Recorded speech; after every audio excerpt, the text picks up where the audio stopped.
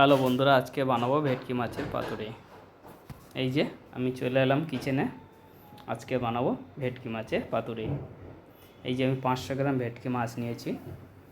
এইগুলো এবার আমি ম্যারিনেট করব। প্রথমে লেবু দেব, এর সঙ্গে এবার একটু লবণ দেব। এই লবণটা দিয়ে দিলাম। লবণ দেওয়ার পরে লবণ আর লেবু দিয়ে আমি এটাকে মাখিয়ে নেব, নিয়ে কিছুক্ষণ রেখে দেবো আমি। এই যে লবণ লেবু মাখানো হয়ে গেছে। মাছগুলো আমি সুন্দর করে এবার সাজিয়ে নেব পরস্পর।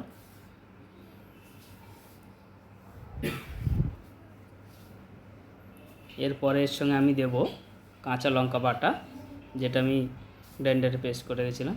এবার দিচ্ছি আমি এর সঙ্গে নারকেল, যেটা আমি কুড়িয়ে রেখেছিলাম। এবার দেবো এর সঙ্গে সর্ষে পেস্ট করে রেখেছিলাম, কালো এবং সাদা সর্ষে দুটো একের সঙ্গে পেস্ট করেছিলাম। এর সঙ্গে আমি দেব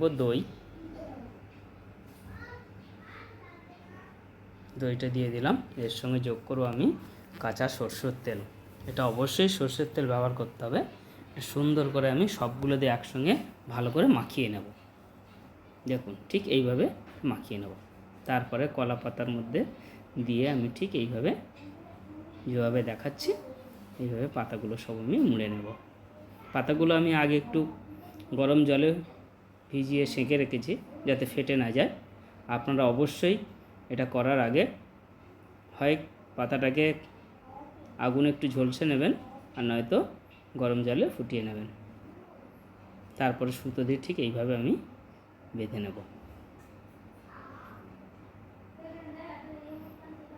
এই যে আমার বাঁধা কমপ্লিট হয়ে গেছে সবগুলো। এইবার তাওয়াতে আমি দিলাম, তাওয়াতে তেল দিলাম, তেলটা গরম হয়ে গেছে। পরপর আমি এইভাবে পাতুরিগুলোকে সাজিয়ে দেব, দিয়ে লো হিট ফ্লেমে আমি এটাকে ফ্রাই করব। এবার আমি এটাকে ঢাকনা দিয়ে দেবো। এই যে ঢাকনা খোলার পরে আমি এটা উল্টে দিলাম। দেখুন কি সুন্দর কালার এসছে। রেডি হয়ে গেছে আমার ভেটকি মাছের পাতুরি। এই যে।